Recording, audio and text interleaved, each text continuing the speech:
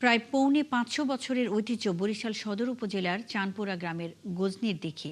প্রচলিত আছে দিল্লি সম্রাট আকবরের অভিভাবক বৈরাম খাঁর নির্দেশে পানির জন্য দিঘিটি খনন করা হয়। ২৫ একর জায়গা জুড়ে বিস্তৃত এই দিঘির ১২ একর জুড়ে রয়েছে জলরাশি।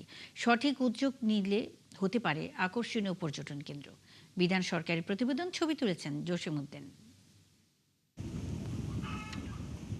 একসময় ১৮ থেকে ২০ ফুট উচ্চতায় ছিল গজনীর দিঘির পার। তবে দেশ স্বাধীনের পর এলাকার চেয়ারম্যান কদম আলী মাস্টার চা বাগান করবেন বলে পাড়ের উচ্চতা কমিয়ে অর্ধেক করেন।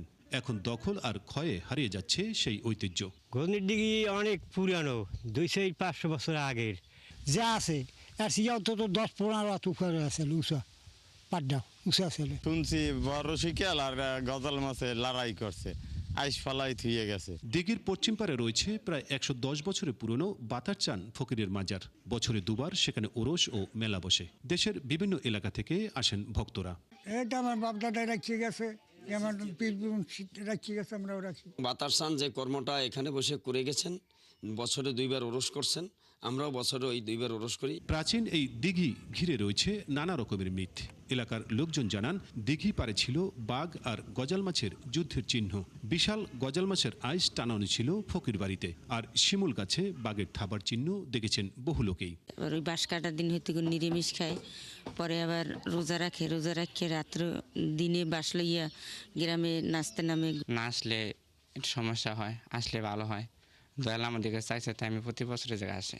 অনেক অসুস্থ ছিল, যখন এখানে আসছে তখন পুরো মোটামুটি ভালো হয়ে গেছে। দিঘিটি বর্তমানে জেলা প্রশাসনের তত্ত্বাবধানে রয়েছে। প্রাচীন এই দিঘিটি সংরক্ষণ করা গেলে জমিটি দখলমুক্ত হতো, রক্ষা পেত এর ঐতিহাসিক গুরুত্ব।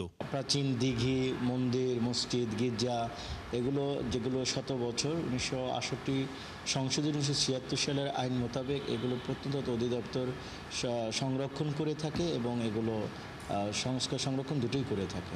প্রাচীন এই দিঘির পূর্ব পারে অশ্বত্থ বৃক্ষের তলে চৈত্র সংক্রান্তিতে বসত মেলা, যার আকর্ষণ ছিল ঘোড়দৌড়। তবে ১৯৯১ সালে মেলাটি বন্ধ হয়ে যায়। বিধান সরকার, ৭১, বরিশাল।